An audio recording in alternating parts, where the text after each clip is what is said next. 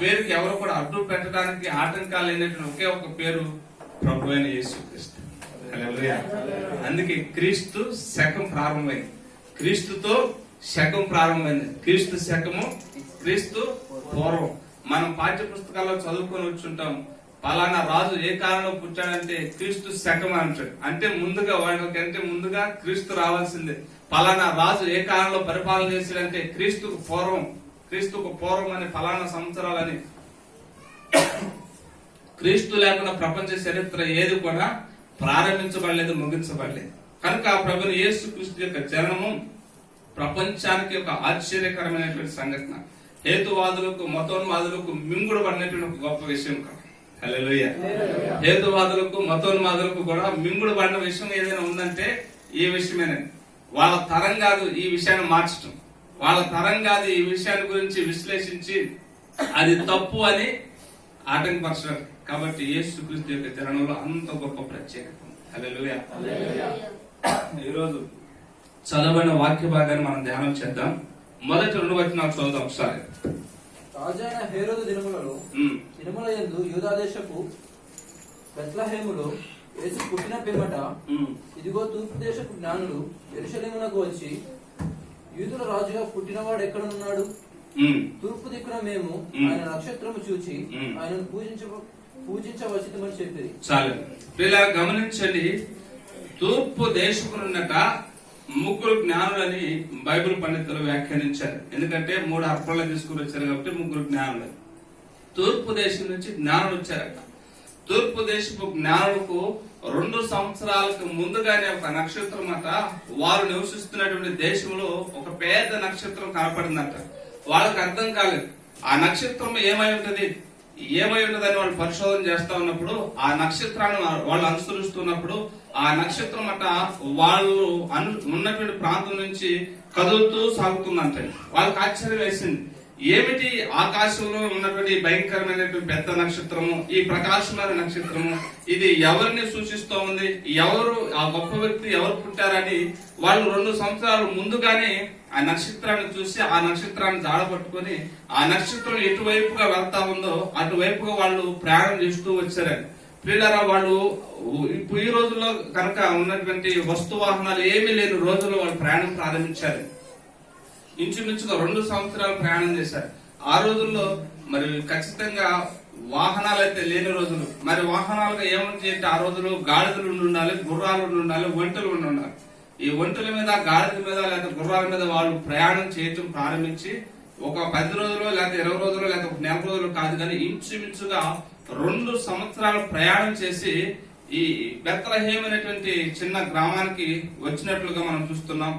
ఇక్కడ మన వాక్యం గమనించినట్లు బెత్లెహేంలో యేసు పుట్టిన పిమ్మట తూర్పు దేశ జ్ఞానులు యెరూషలేమునకు వచ్చారని. కానీ ఈ నక్షత్రం యేసు ప్రభు వారు పుట్టినప్పుడు పుట్టలేదు, కానీ యేసు ప్రభు వారు పుట్టడానికంటే ముందుగా 2 సంవత్సరాలు ముందుగా ఈ నక్షత్రం పుట్టింది. దేవునికి స్తోత్రం.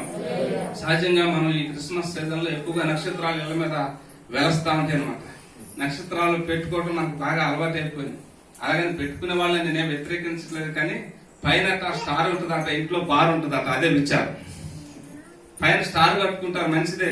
యేసుక్రీస్తు వారు పుట్టారు 2000 సంవత్సరాల క్రితము, జ్ఞానులకి దారి చూపించింది ఇదే నక్షత్రము, కాబట్టి లోకమంతా కూడా యేసుక్రీస్తు నమ్మాలని మనం ఒక సంకేతంగా, ఒక సింబాలికల్ గా మనం ఒక నక్షత్రాన్ని మన ఇంటి ముందు కట్టుకోవటం మంచిదే. కానీ ఇంటి పైన స్టార్ పెట్టి ఇంటిలో బారు పెట్టుకోవటం ఏమైనా బాగుంటుందా? ఏమాత్రం బాగుంది. ఇది చాలా విచారకరమైన విషయం. కనుక దేవుని పిల్లల మీద మనం నక్షత్రాలు కట్టుకోవద్దని నేను చెప్పట్లేదు, కానీ పైన నక్షత్రం ఉంచుకుని కింద ఇంట్లో మాత్రం ఇలాంటి పాప కార్యాలకి మన యొక్క జీవితాల్లో, మన యొక్క హృదయాల్లో చోటు ఇవ్వకుండా ఉండగలుగుతుంది మనకి ఆశీర్వాదము. హల్లెలూయా. జ్ఞానులు 2 సంవత్సరాలు మరి ఆ యొక్క తార చూపిస్తున్నటువంటి ఆ వెలుగులో ప్రవేశించి 2 సంవత్సరాల తర్వాత ఆ ప్రాంతానికి వచ్చేసరికి అది అలా నిలిచిపోయింది. నిలిచిపోయినప్పుడు వాళ్ళు బహుశా ఈ వెలుగు మాకు ఎక్కడికి సరైన దారి చూపించలేదని ఒకవేళ అడిగి ఉంటే బహుశా దేవుడు ఇంకా చక్కటి ఆలోచన చెప్పేవాడేమో. కానీ ఆ జ్ఞానులు ఏం చేశారంటే వాళ్ళ సొంత ఆలోచన మీద ఆధారపడి ఇంతవరకు చక్కటి అన్వేషణతో ముందుకు సాగారండి. 2 సంవత్సరాలు అన్వేషణతో ముందుకు సాగడం అనేది సాదాసీదా పని కాదు. 2 సంవత్సరాలు ఓపికతో ఆ తార చూపిన దారిలోనే నడిచారు. కానీ ఆ ప్రాంతానికి వచ్చేసరికి నిలిచిపోయినప్పుడు వాళ్ళు అనుకున్నారు యూదులకు రాజు ఖచ్చితంగా రాజు గారి ఇంట్లోనే పుడతాడు కాబట్టి డైరెక్ట్ గా రాజు గారిని అడిగితే ప్రాబ్లం క్లియర్ అవుతుంది అనుకున్నారేమో. ఇది వాళ్ళ సొంత తెలివి. దేవునికి స్తోత్రం. ఇది వాళ్ళ సొంత తెలివి. సొంత తెలివి ఎవరికి ఆశీర్వాదం కాదు. సామెతల గ్రంథం 3వ అధ్యాయంలో 6-7 వచనాల్లో ఉంటది, నేను జ్ఞాని కదా అని నీవు అనుకునవద్దు, నీ స్వబుద్ధిని ఆధారం చేసుకునవద్దు, నీ పూర్ణ హృదయంతో నీ దేవుడి యెహోవా యందు నమ్మిక ఉంచుకున్నాము, అప్పుడు నీ శరీరమునకు సత్తువ, నీ శరీరం నీ ఎముకలకు సత్తువ, నీ శరీరమునకు ఆరోగ్యం కలుగుతుందట. హల్లెలూయా. మనకి ఆరోగ్యం కలగాలంటే ఏం చేయాలా? మన జ్ఞానాన్ని ఉపయోగిస్తే సరిపోదని దేవుని మీద పరిపూర్ణంగా ఆధారపడాలి. ఆ జ్ఞానులు అంతవరకు తార చూపినటువంటి దారిలోనే ఆ నక్షత్రాన్ని చూసి నడిచారు. కానీ ఆ ప్రాంతంలో నిలిచినప్పుడు వాళ్ళ స్వబుద్ధిని ఆధారం చేసుకుని ఎక్కడికి వెళ్లారంటే రాజు, యూదులకు రాజుగా పుట్టేటువంటి వ్యక్తి పుడతారని వాళ్ళు గ్రహించారు. వాళ్ళ శాస్త్రాలను బట్టి, వాళ్ళ గ్రంథాలను బట్టి. కానీ రాజు గారి ఇంటిలోనే పుడతాడు అనుకున్నాడు. కానీ ఆయన భూ సంబంధమైనటువంటి రాజు కాదు, పర సంబంధమైనటువంటి రాజు. భూ సంబంధమైన మనుషులందరినీ కూడా పరలోకాన్ని తీసుకుని వెళ్ళడానికి సిద్ధపరచడానికి వచ్చిన రాజు అన్న చిన్న వివేకం లేకుండా డైరెక్ట్ గా రాజు దగ్గరికి పోయి ఈ విషయాన్ని తెలియజేస్తూ ఉన్నారని. యూదులకు రాజుగా పుట్టిన వాడు ఎక్కడున్నాడు? మేము ఆయన పూజించడానికి వచ్చాం అని అన్నారు. ఉదాహరణకి మీ ఇంటికి ఎవరైనా వచ్చి మీ పేరు చెప్పేసి ఆయన ఎక్కడున్నారంటే మీకు ఎలా ఉంటది? కొంచెం నవ్వన్న వస్తుందా, లేకపోతే కొంచెం కోపమన్న వస్తుంది. ఈడవడం నా ఇంటికి వచ్చి నా పేరు చెప్పి నేను తెలియదు అంటున్నాడు. అసలు ఆల్రెడీ రాజుగా ఉన్నాడు ఆ దేశానికి. రాజుగా ఉన్న వాని దగ్గరికి రాజుగా పుట్టినవాడు ఎక్కడంటే అతను కోపం రాదా?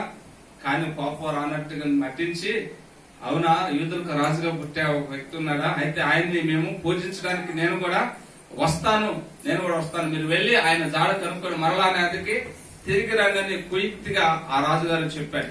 ప్రియులారా, ఈ యొక్క క్రిస్మస్ సందేశంలో తూర్పు దేశపు జ్ఞానులు 3 విషయాల గురించి నేను చెప్పాలని నేను సిద్ధపడ్డాను. మొదటగా తూర్పు దేశంలో జ్ఞానులు చేసిన మొదటి పని ఏంటంటే అన్వేషణ అంటే సత్యము ఏమై ఉంటుందా అని అన్వేషించేటువంటి ఒక మంచి మనసుతో వారి యొక్క ప్రయాణం కొనసాగించింది. దేవుని స్తోత్రం.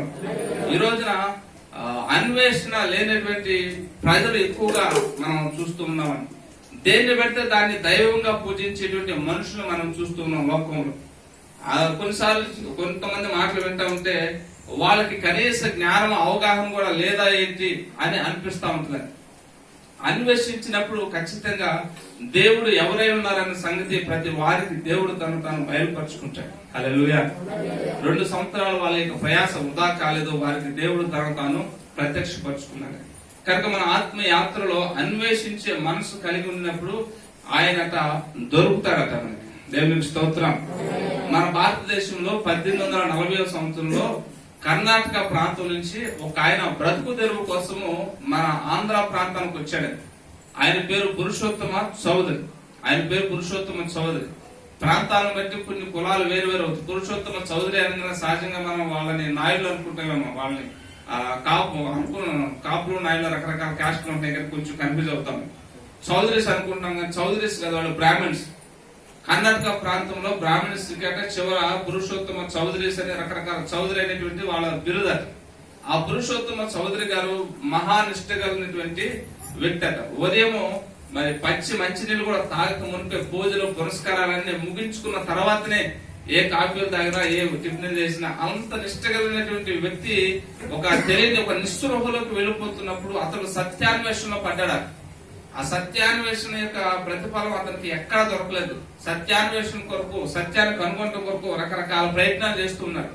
ఎవరో ఒక అతను తెలియకుండా ఒక చిన్న కడపత్రికి చేరిపోయాడంటే, ఆయన ఊరేంటి తెలియదు, ఆయన పేరేంటి తెలియదు, కానీ ఇతనే హృదయంలో సత్యాన్వేషణ ఉంది కాబట్టి ఈ కడపత్రిక ఏంటి, ఇందులో ఉన్నటువంటి వాస్తవం ఏంటని ఆయన చదవటం ప్రారంభిస్తే అదట ప్రభు అయిన యేసు క్రీస్తుని గురించినటువంటి ఒక చిన్న కడపత్రిక. అది చూసి దాన్ని తెలుసుకోవడం కొరకు, అందులో ఉన్నటువంటి దేవుని తెలుసుకోవడం కొరకట కాలి నడకన ఇంచుమించుగా 150 కిలోమీటర్ల దూరం వెళ్ళాడంట ఆయన. కాలి నడకన. ఆ రోజులు 1840 సంవత్సరం అంటే ఎడ్ల బండ్లు మాత్రమే ఉండే ప్రయాణానికి. కానీ ఎడ్ల బండ్ల దూరం ఎవరు వస్తారో అంత దూరం 140 కిలోమీటర్లు.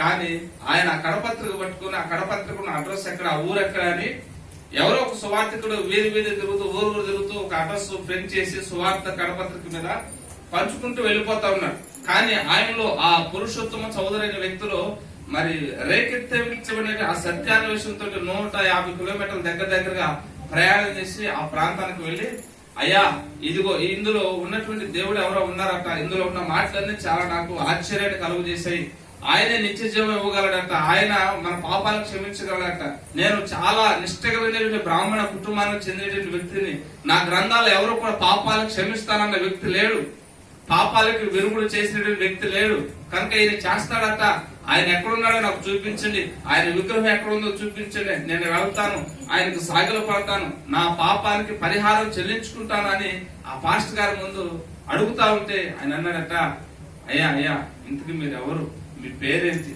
మీ ఊరెక్కడ, కాసేపు మీరు నిమ్మలంగా ప్రశాంతంగా ఉండండి అంటే, లేదయ్యా నేను మొదటగా ఆ దేవుడిని కలుసుకోవాలంటే ఆ పాస్టర్ గారు అన్నాడట, అయ్యా మీరు కాసేపు ప్రశాంతంగా కూర్చోండి, మీ ముఖం చూస్తా ఉంటే మీరు ఎక్కడి నుంచో బాగా అలసిపోయి వచ్చినట్టు ఉన్నారు, చాలా సుదూరమైన ప్రాంతాల నుంచి అలసిపోయి వచ్చినట్టు ఉన్నారు, కాస్త రెస్ట్ తీసుకోండి, కాస్త మంచినీళ్ళు తాగండి, కాస్త ఆహారం తీసుకోండి, మీకు కావాలన్నటువంటి వ్యక్తులు నేను పరిచయం చేస్తానని కాసేపు నిమ్మలపరిచి కాస్త మంచినీళ్ళు ఇచ్చి కాసేపు ఆయన భోజనం పెట్టి ఒక అరగంట సేపు రెస్ట్ తీసుకున్న తర్వాత ఆయన ఊరుకోవట్లేదట, అయ్యా ఎక్కడున్నాడయ్యా ఆయన, ఎక్కడున్నారు ఒకసారి నాకు ఆయన త్వరగా చూపిస్తే నేను ఆయన కనుక్కుంటాను, ఆయన గురించి తెలుసుకుంటాను, మీరు నాకు త్వరగా సహాయం చేసి పెట్టండి అని అంటున్నాడంటే, ఇంత ఆతురపట్టంగా కారణం ఏంటంటే ఆయనలో ఉన్నటువంటి ఒక చక్కటి అన్వేషణ.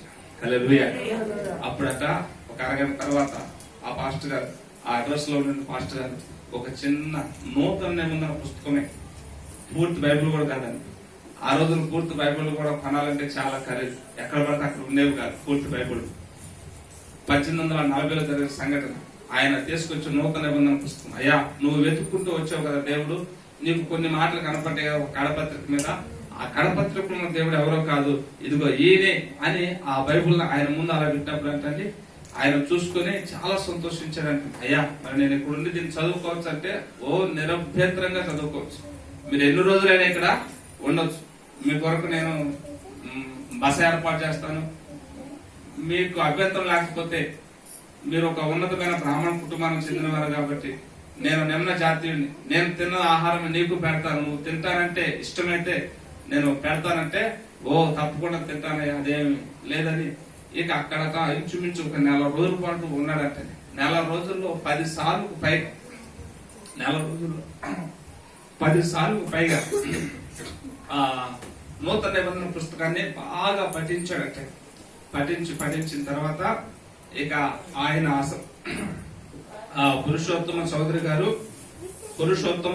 చౌదరి గారుగా లేరట, పూర్తిగా పరిపూర్ణంగా ఎంతగా మార్పు చెందాడంటే, ఒక పాస్టర్ గారి కంటే ఎక్కువగా పాస్టర్ గారిలాగా ఆయన ప్రాంతంలో తయారైపోయాడంట. దేవుడికి స్తోత్రం. ఆ పాస్టర్ గారికి ఆశ్చర్యం వేసిందంటే, ఒక 4 రోజుల తర్వాత అక్కడ ప్రజల ముందు నిలబడి ఆయన ప్రభువైన యేసుక్రీస్తుని గురించి ప్రకటిస్తా ఉంటే, ఇంత స్పష్టంగా ఇంత లోతుగా నేను ఎప్పుడూ కూడా ప్రభువైన యేసుక్రీస్తుని ప్రజలకు బోధించలేదే, ఇతడు ఎలాగ బోధించగలుగుతున్నాడని అక్కడ స్థానికంగా ఉండేటువంటి ఒక పాస్టర్ గారికి ఆశ్చర్యం అనిపించిందంటే, ఆశ్చర్యం అనిపించి దేవుడు అతనికి బయలుపరిచిన మరొక విషయం ఏంటంటే, రానున్న కాలంలో తెలుగు రాష్ట్రాల్లో ఇతను ఒక గొప్ప వ్యక్తిగా నేను వాడుకోబోతున్నాను, ఇతని కొరకు నువ్వు ప్రార్థన చేయి, ఇతని కొరకు ప్రార్థన చేసి ఇతను పంపించు అని దేవుడు ఆ పాస్టర్ గారు చెప్పాడంటే, ఇక చెప్పిన వెంటనే 4 రోజుల తర్వాత ఆయన గురించి కొన్ని విషయాలు క్లుప్తంగా తెలుసుకున్నాయా, దేవుడు నీ పట్ల గొప్ప ప్రణాళిక కలిగి ఉన్నాడు, నీ అన్వేషణ నిన్ను ఇంతవరకు నడిపించింది, 150 కిలోమీటర్ల దూరం నుంచి ఇక్కడికి ఎవరు వస్తారయ్యా, సామాన్యంగా ఎవరు రాదు, కానీ నీలో ఉన్న ఆ సత్యాన్వేషణ నిన్ను ఇంతవరకు నడిపించింది. అంతేకాదు దేవుడు నాతో చెప్పాడు, నిన్ను ఈ తెలుగు రాష్ట్రాల్లో బహుబలంగా వాడుకోబోతున్నాడట, దేవుడు నిన్ను వాడుకుంటాడు, నువ్వు దేవుని మీద ఆధారపడు అని ఒక చిన్న ప్రార్థన చేసి అతన్ని పంపించాడంటే, కాలక్రమంలో అతడు ప్రభువు నమ్మినందుకు, అతడు సత్యాన్వేషణలో నిలిచినందుకు, అతడు జ్ఞానవంతుడైనందుకు తన కుటుంబీకులు, తన రక్త సంబంధికులు, తన భార్య సైతమట తృణీకరించారంటే, విసర్జించారట. అయితే దేవుని యొక్క మహాకృప, దేవుని యొక్క ప్రణాళిక ఆయన ఎన్నడూ విడిచిపెట్టలేదు. కానీ ఉన్నతంగా తెలుగు 2 రాష్ట్రాల్లో దేవుడు అభిషేకించి వాడుకున్నాడు. ఎంతగా వాడుకున్నాడంటే ఆంధ్ర క్రైస్తవ కీర్తనలో సగం పాటలు మొత్తం కూడా పురుషోత్తమ చౌదరి గారు రాసినవే ఒకటి. హల్లెలూయా. ఆంధ్ర క్రైస్తవ కీర్తనలో సగానికి పైబడినటువంటి పాటలన్నీ కూడా పురుషోత్తమ చౌదరి గారు రాసిన పాటలు ఉంటాయి. ఈ జనరేషన్ కి కొంచెం ఆ స్థాయి రాదు, కానీ ఆ పాటల్లో ఉన్న మాధుర్యము ఆనాటి ప్రజలకు బహుగా ఉజ్జీవింపజేసింది. ఆ పాటలో ఉన్నటువంటి ఆ పదాల సంకూర్పు ఆనాటి ప్రజల్లో బహు గొప్ప ఉజ్జీవాన్ని తీసుకుని వచ్చిందట. పురుషోత్తమ చౌదరి గారు అంటే తెలుగు ఇప్పుడు 2 రాష్ట్రాలు అంతా ఒకటే రాష్ట్రం. అసలు తెలియనటువంటి వ్యక్తి ఎవరు కూడా ఉండేవారు కాదు. అంతగా దేవుడు వాళ్ళ కుటుంబీకులు వ్యతిరేకించారు, వాళ్ళ యొక్క భార్య కూడా వ్యతిరేకించింది. ఒకరోజు మరి సువార్తను ప్రకటించు గడ్డాలు మీసాలు పెరిగిపోయి క్రీస్తు కొరకు సాక్షిగా బ్రతుకుతూ తిరుగుతూ ఉన్నప్పుడు ఇంటికి పోతారట. తన భార్య వేడి పులిహోర చేసి సిద్ధంగా ఉందంట. అమ్మా అని బయట నుండి కాకేస్తామంటే ఎవడో భిక్షగాడు అనుకుందంట. బయట నుండి వచ్చి చూస్తే ఈయన కదా నా భర్త కదా అనుకుంది. ఏంటి నువ్వు ఇక్కడ ఎక్కడికి పోయి గట్టాలేంటి మీసాలేంటి అవతారం ఏంటి అని అంటే అప్పుడు యేసు ప్రభు గురించి, అమ్మా ఇదిగో యేసయ్య నన్ను దర్శించాడు, నేను ఆయన అన్వేషిస్తున్నాను, ఆయన కొరకు బ్రతకడానికి తీర్మానం చేసుకున్నాను, నాకు నిత్యత్వం ఇవ్వగలిగింది ఆయన మాత్రమే, ఆయన నేను నమ్ముతున్నాను, నాకు ఆకలిగా ఉంది, ఇప్పుడు నాకు కొంచెం ఆహారం పెట్టవా అని అంటే, నువ్వు ఆ అంటరాని దేవుడిని తీసుకొచ్చి మా ఇంట్లోకి వచ్చి మళ్ళీ ఆహారం పెట్టమంటావా, సరే ఇదిగో ఇంత పడేస్తాను నీ మొఖాన్ని తిను అని వేడి పులిహోర అంతా ఒక ప్లేట్ లో తీసుకొచ్చి దారిలో ఒక పేడకడ ఉంటే ఆ పేడకడ మీద అలాగా ఇసిరేసి పోయిందంటే, పేడకడ మీద అలా ఇసిరేసి ఆ ప్లేట్ ని అలాగపోతే ఆ పేడకడ మీద ఉన్నటువంటి ఆ ప్లేట్ ని తీసుకొని ఒక పాట రాశాడంటే, ఒక భక్తుడు ఆ పాటల గురించి వివరిస్తూ ఉంటే కళ్ళంట నీళ్లు ఆగలేదు. అంత చక్కగా నా తండ్రివి నువ్వు కాదా, నా అన్నవి నువ్వు కాదా, నా బంధువు నువ్వు కాదా, లోకంలో ఏది కూడా నాకు బంధువు కాదు గాని నాకు అన్నీ నీవే ఉన్నావు కాదని ఒక పాట. ఆయన పాటలు పాడటానికి ప్రయత్నం చేస్తున్నాను కానీ రాలేదు. ఒకే ఒక పాట మాత్రం 2-3 చరణాలు పాడటానికి కొంచెం ఆయన స్లాంగ్ ను ఆయన రాగాన్ని పట్టగలిగారు. ఒక చిన్న పల్లవం ఉంది, పల్లవి శరణాన్ని మనం పాడుతున్నాం. ఆయన రాసిన పాటల్లో ఒక చిన్న పల్లవం ఉంది. ఏంటంటే ఆ పాట, నన్ను గన్నయ్య రావే నా యేసు, నన్ను గన్నయ్య రావే నా యేసు అనే పాట. దేవునికి స్తోత్రం. నన్ను గన్నయ్య రావే నా యేసు, నన్ను గన్నయ్య రావే నా ప్రభునా, నన్ను గన్నయ్య రావే నా యేసు, నన్ను గన్నయ్య రావే నా యేసు, దారుణ సంసార వారాది దరిచూచి ప్రోవని కన్నాను, దారుణ సంసార వారాది దరిచూచి ప్రోవని కన్నాను, కారణ గురువులింకోవారు లేరయ్యా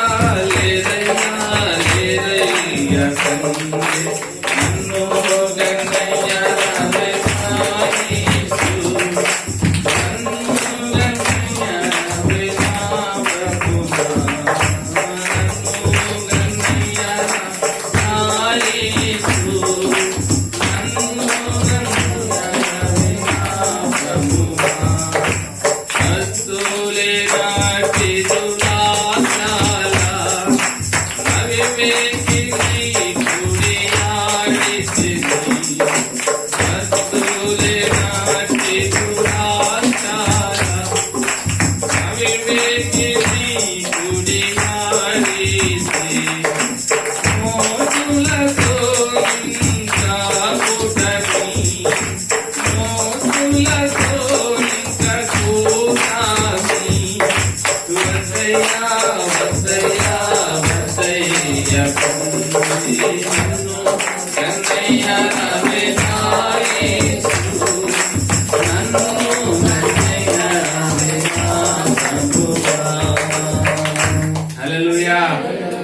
ఆ పాటలో ఎంతంత ఆత్మీయ అర్థాలని ఒకసారి ఆలోచించి, దారుణ సంసార వారధి దరి చూపి బ్రోవ నీ కన్నను, కారణ గురువులు ఇంకెవ్వరు లేరయ్యా లేరయ్యా లేరయ్యా.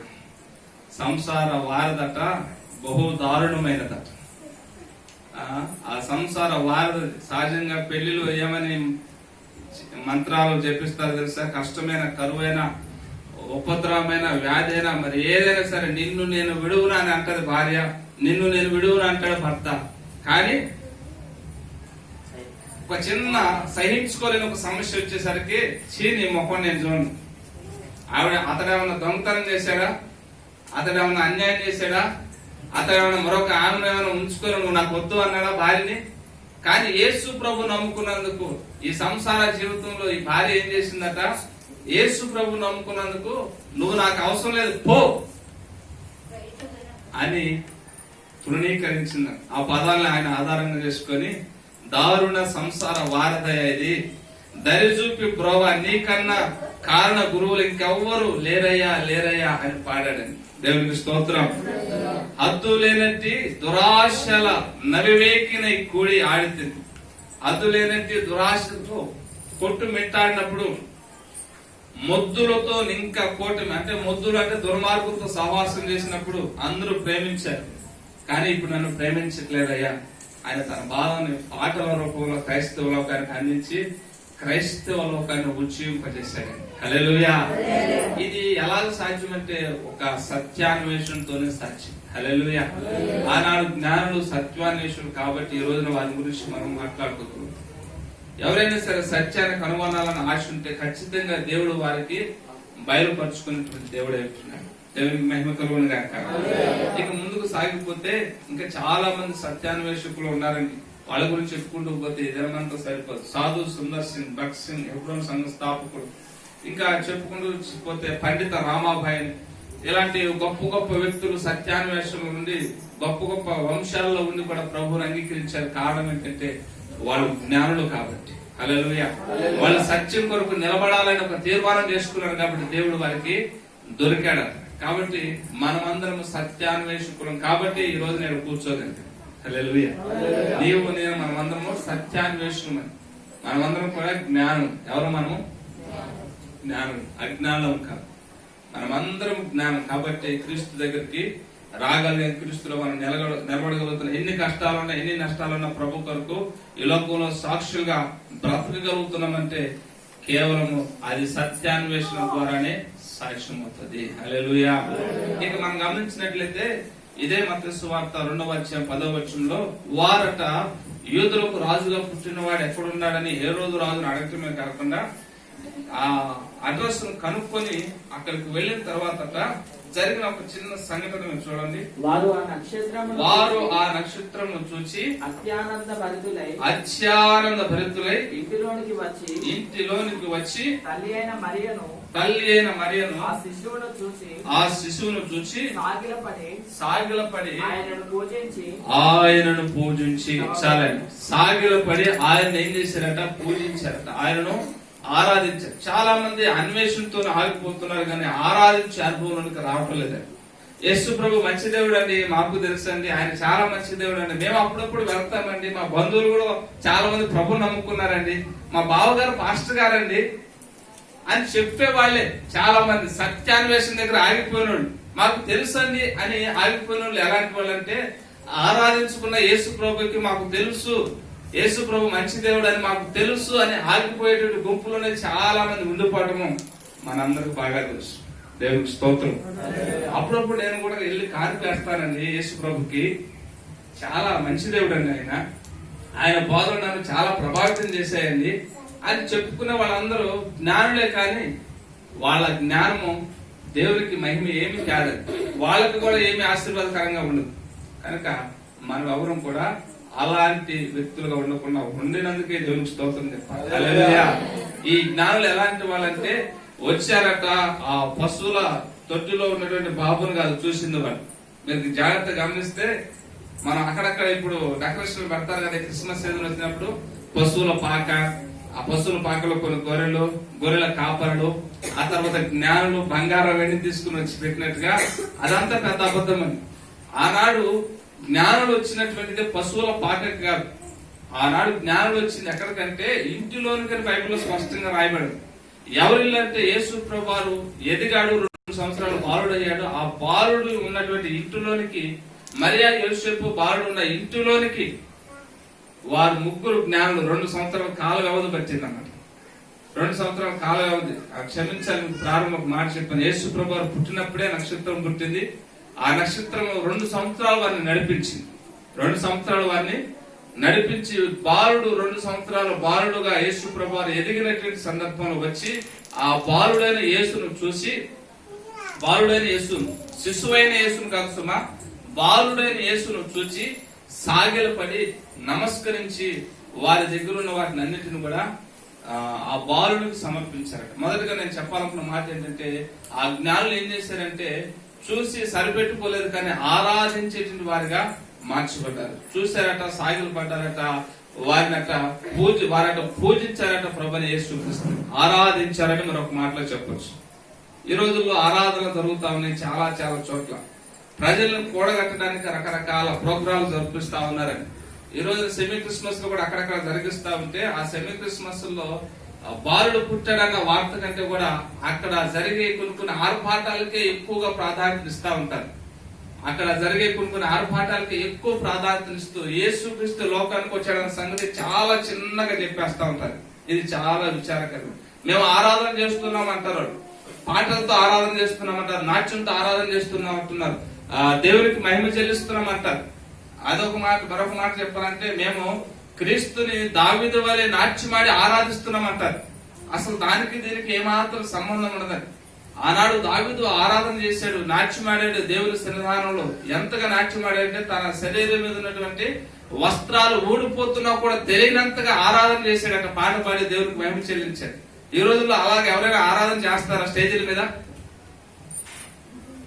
వారం ముందుగానే ప్రిపరేషన్ చేస్తారు. ఏ కాలు ఎలా ఒప్పాలి, ఏ చెయ్యి ఎలా ఒప్పాలి, ముందు ఏ కాలు ఏ స్టెప్ వేయాలి, ముందుగానే ఇదంతా ప్రాక్టీస్ చేసి చేసి చేసి వారం 10 రోజుల తర్వాత స్టేజ్ ఎక్కి ఒక పాట పెట్టగానే ఎవరో మ్యూజిక్ కంపోజ్ చేస్తారో ఆ మ్యూజిక్ కి తగ్గట్లుగా అడుగులు, స్టెప్పులు, కాళ్ళు, మూమెంట్స్, నోరు, పెదాలు, లిప్ రీడింగ్ ఇవన్నీ సెట్ చేసుకుని అది దేవునికి మహిమ అంటారు. ఎంత విచారకరమైనటువంటి డాన్స్ లో కదా. అందుకని ఎవరి బిడ్డలతో అసలు డాన్స్ లేపించడం మానిపించేసాం మన సంఘంలో. ఎప్పటి నుంచో ఇంచుమించుగా 3 సంవత్సరాల నుంచి 3 సంవత్సరాల నుంచి ఎవరి బిడ్డలు డాన్స్ చేపించడం మన సంఘంలో మానేపించాం. బహుశా కొందరు బాధగా ఉండవచ్చు, కానీ అది వాక్యానుసారమైనటువంటి క్రమం. చిన్నపిల్లలు యవన దశలో రాని పిల్లలతోటి కాసేపు ఏదైనా ఎంటర్టైన్మెంట్, అందరినీ మనం క్రీస్తు వైపు అటెన్షన్ ఉంచడానికి ఒక పాట 2 పాటలు చేస్తే తప్పేం లేదు, దానికి పూర్తి నేను వ్యతిరేకం కాదు. కానీ ఎదిగినటువంటి యవన బిడ్డలు స్టేజ్ల మీద ఎక్కి ఎగురుతా ఉంటే ఎదురున్నటువంటి యవనస్తులందరినీ కూడా, పురుషులందరినీ కూడా లేనిపోని కామోద్రేకితమైన కోరికలను వాళ్ళు రేకెత్తించినట్టే. అది దావీదు నాట్యం కాదు. మనం దేవుని ఆరాధించాలి, కానీ ఎలాంటి ఆరాధన దేవునికి ఇష్టమైందంటే ఆత్మతో సత్యంతో ఆరాధించేటువంటి ఆరాధన దేవునికి ఇష్టమైన పాట. ఆమోసు గ్రంథంలో 6వ అధ్యాయం 5వ వచనంలో ఒక మాట రాస్తాడు భక్తుడైన ఆమోసు. 6వ అధ్యాయం ఆమోసు గ్రంథము 5వ వచనం. స్వరమండలంతో కలిసి స్వరమండలంతో కలిసి అంటే ఈ రోజున రికార్డ్ డాన్స్ పాటలు వేస్తూ ఉంటారు కదండి. డాన్స్ వేయడానికి ముందుగా, డాన్స్ కంటే ముందుగా పాటలు స్వరమండలంతో కలిపినటువంటి పాటలు అన్నిటిని పాడుతూ, పిచ్చి పాటలు పాడుచు, దావీదు వలె నాట్యమాడుచు, దావీదు వలె నాట్యమాడేటువంటి వాయిద్యాలను వాళ్ళు కల్పించుకొనుచు, పాత్రలో ద్రాక్షారసం పోసి పానము చేయొచ్చు, యోసేపు సంతతి వారికి కలిగిన ఉపద్రవమును చాలా పిల్లలు అక్కడ మనం గమనించినట్లయితే దేవుడు కథ అవి పిచ్చి పాటలా కనపడతా ఉన్నాయి. మనం లోకం నుంచి వేరు చేయబడ్డా లోకానికి అతీతంగా బ్రతకవలసిన పిల్లలము. జనవరి 1 వచ్చిందంటే వాళ్ళు కూడా ఇదే గంతులు వేస్తారు. ఆయా పండుగలు ఆయా సందర్భాలు వచ్చిందంటే వాళ్ళు ఎలానే వేస్తారు, మనం కూడా అలానే వేస్తున్న క్రీస్తు పేరట. దానికి వేరే బ్రతకంగా దేవుని వాక్యం చెప్తా ఉంటే మనం అందులో కలిసి ఆనందించడానికి, అందులో కలిసి గంతులు వేయడానికి, మరలా దేవుని వాక్యాన్ని ఆధారంగా తీసుకుని దావీదు కూడా నాట్యం ఆడాడు కదా అని మనం లేనిపోని మన యొక్క స్వార్థపూర్తమైన ఉద్దేశాన్ని నెరవేర్చుకోవడానికి వాక్యాన్ని ఆధారం చేసుకున్నటువంటి ప్రజల లోకంలో లేకపోలేదు. మనం ఒకసారి రీసెంట్ గా ఒక మీటింగ్ కి వెళ్ళాము. వాడి వయసు అంటే 13 సంవత్సరాలు అట. వాడి చేతికి మైక్ ఇచ్చారు. 200 మంది ప్రజలు ఉన్నారు. 13 సంవత్సరాల పిల్లోడు వాక్యం చెప్తామంటే 200 మంది విన్నారు. వాడు న్యూస్ లీడర్ లాగా 3 పేజీలు రాసుకొచ్చాడు. 3 పేజీలు రాసుకుని వచ్చాడు. ప్రియులారా, ప్రియమైన సహోదరి సహోదరులారా, దేవుని వాక్యం ఈ విధంగా సెలవిస్తా ఉంది.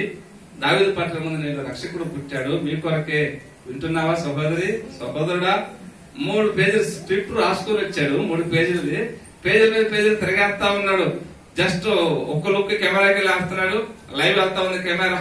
ఒక లుక్ కెమెరా ముందు వేస్తున్నాడు, మరొక లుక్ పేజీ మీద ఇది అయిపోయిందా? అయిపోయింది. ఇంచుమించుగా ఒక 20 నిమిషాల పాటు 13 ఏళ్ల వాడికి యేసుక్రీస్తు గురించి చెప్పే అర్హత ఉంటుందంటారండి? బయట వ్యక్తిగతంగా మన పిల్లలకు ఏదైనా కడపత్రిక ఇవ్వడానికి బాగుంటుంది, కానీ 200 మంది ప్రజల ముందు సాక్షి సువార్త చెప్పడానికి అర్హత లేదు. ఏదైనా ఒక చిన్న సాక్ష్యం చెప్పుకోవడానికి ఏమైనా అవకాశం ఉంటుందా? కానీ 13 ఏళ్ల పిల్లవాడికి వాడికి ఏం అవగాహన ఉంటుంది?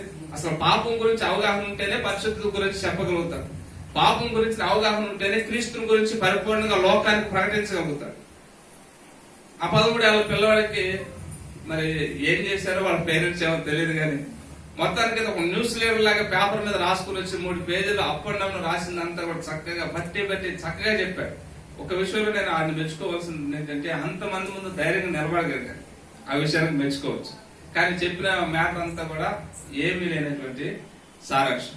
ఆయనకంటే చిన్నపిల్లవాడు పెద్ద పెద్ద ధనులు 30-40 ఏళ్ళ నుంచి సేవలో ఉన్న వాళ్ళు వెనకమాల స్టేజ్ మీద కూర్చొని కొంచెం అలాగ చూస్తా ఉన్నారు. ఎందుకు వచ్చిందిరా బాబు మాకు కర్మ, మమ్మల్ని పిలవటం ఏంటి, చిన్న పిల్లవాడికి మైక్ ఇవ్వటం ఏంటి, ప్రసంగం చేయమంటం ఏంటి అన్నట్లుగా అయిపోయింది పరిస్థితి. దేవునికి మహిమ ఎలాగ రావాలంటే అలాగే కాదండి. దేవునికి మహిమ రావాలంటే మనం ఆత్మతో సత్యంతో ఆరాధించే వారిగా ఉండాలి. అక్కడ వారు జ్ఞానులైనా సరే వాళ్ళు అన్వేషిస్తూ ముందుకు సాగి మరియా యోసేపులు ఉన్న ఇంటిని కనుగొని వారు మరియా యోసేపు ఇంటిలోకి ప్రవేశించిన తర్వాత వాళ్ళతో అత్యానంద భరితులే వచ్చి ఆ మరియ తల్లిని ప్లస్ ఆ శిశువును చూసి సాగిలు పడి ఆయనను పూజించారంట. హల్లెలూయా. పూజించారంటే ఆరాధించారంట. ఆయన ఆరాధించేవారు ఆత్మతోనూ సత్యంతోనూ ఆరాధించారు తప్ప అల్లారి చిల్లరి పాటలతోనూ అల్లారి చిల్లరి డాన్సులతో దేవునికి మహిమ రాదు. మరొక మాటలు చెప్పాలంటే దేవుని నామానికి అవమానం తప్ప మరొకటైతే రాదు. ఈ క్రిస్మస్ సందేశం సారాంశం ఏంటంటే తూర్పు జ్ఞానుల యొక్క మరి జీవిత విధానాన్ని మనం జ్ఞానం చేసి వాళ్ళు అన్వేషించే వారుగా ముందుకు సాగారు. ఆ తర్వాత ఆరాధించే వారుగా కూడా ముందుకు సాగారు. ఇక చివరి మాట మనం గమనిస్తే 11వ వచనాన్ని గమనిస్తే అక్కడ ఏమన్నాడు? ఆయనను పూజించి తమ పెట్టెలు విప్పి బంగారమును సామ్రాణిని బోళమును కానుకలుగా ఆయనకు సమర్పించింది. చిన్న పిల్లవాడు అండి, 2 ఏళ్ల పిల్లవాడు కానుకలు తీసుకుని ఏం చేసుకుంటారు? 2 ఏళ్ల పిల్లవాడికి కానుకలు ఇస్తే నాకు ఉద్దక్కులు మీరే తీసుకుని పోండి అన్నాడా? ఆయన పొందటానికి అర్హుడు. ఆ కానుకలు పొందటానికి, ఆ అర్పణలు స్వీకరించడానికి ఆయన అర్హుడు.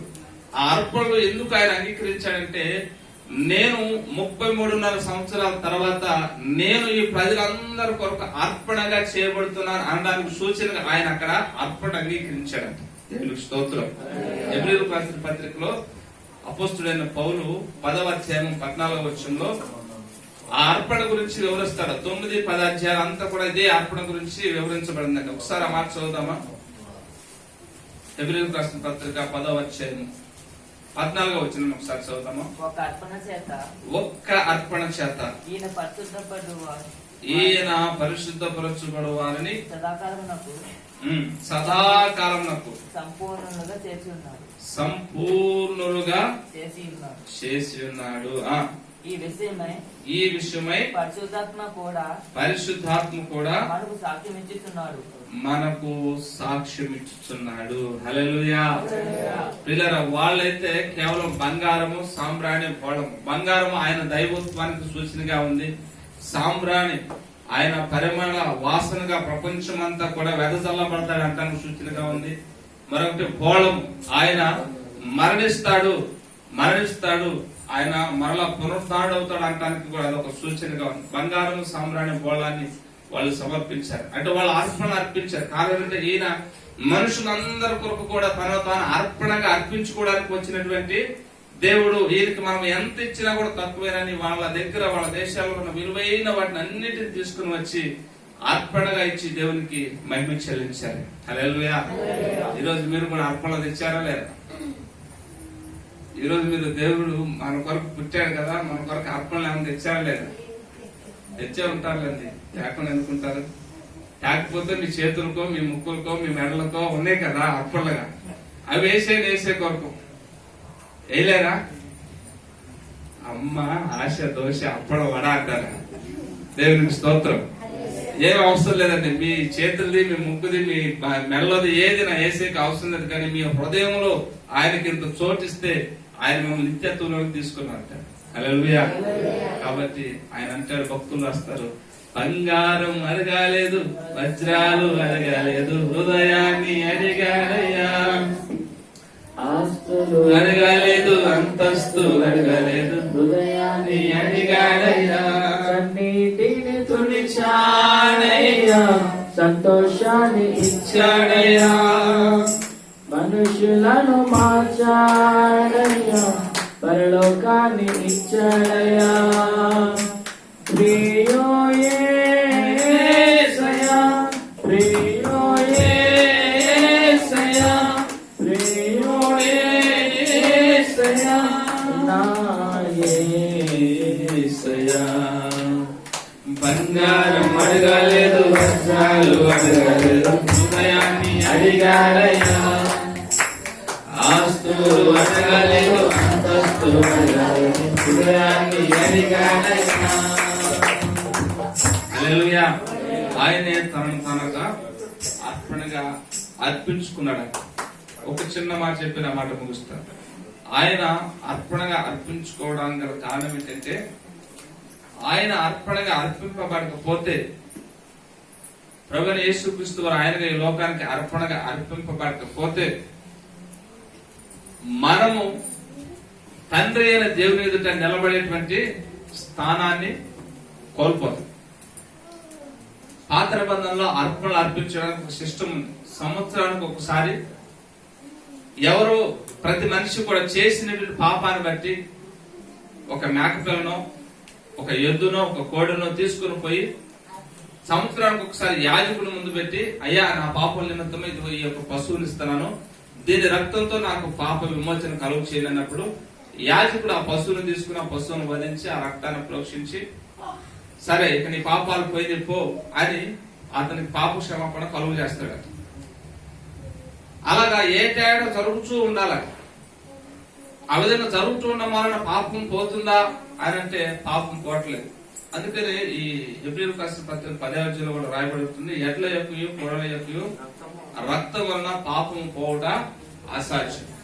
మరి పాపం పోవాలంటే ఏం చేయాలి? శ్లోకాలు ఒక మాట ఉందంట, భక్తులు చాలా మంది చెప్పగా విన్నాను. పాప పరిహారం రక్త ప్రోక్షణ అవశ్య తద్రక్వం పరమాత్మన పుణ్యదాన బలియాగం అని ఉందంట. ఏ శ్లోకంలో ఉందో ఏమో మనకు తెలియదు, కానీ శ్లోకాల గురించి వాళ్ళు పదే చెప్తుండగా విన్న శ్లోకం అన్నమాట. పాపం పోవాలంటే పరిశుద్ధుడైనటువంటి మనిషి అట భూమి మీద అవతరించాలంట దేవుడిగా. తను తాను బలిగా ఆవించుకొని తన రక్తాన్ని మనుషులందరూ కొరకు చిందించబడ్డప్పుడు పాపం పోతుందని ఆ యొక్క శ్లోకం యొక్క అర్థం అంట. అలాగే ఎవరైనా దేవుళ్ళు అనబడుతున్న వాళ్ళు వచ్చారా? ఒక యేసు తప్ప. హల్లెలూయా. నా ప్రభువైన యేసుక్రీస్తు తప్ప ఇంకెవరు అలాగా సాహసం చేయలేదు.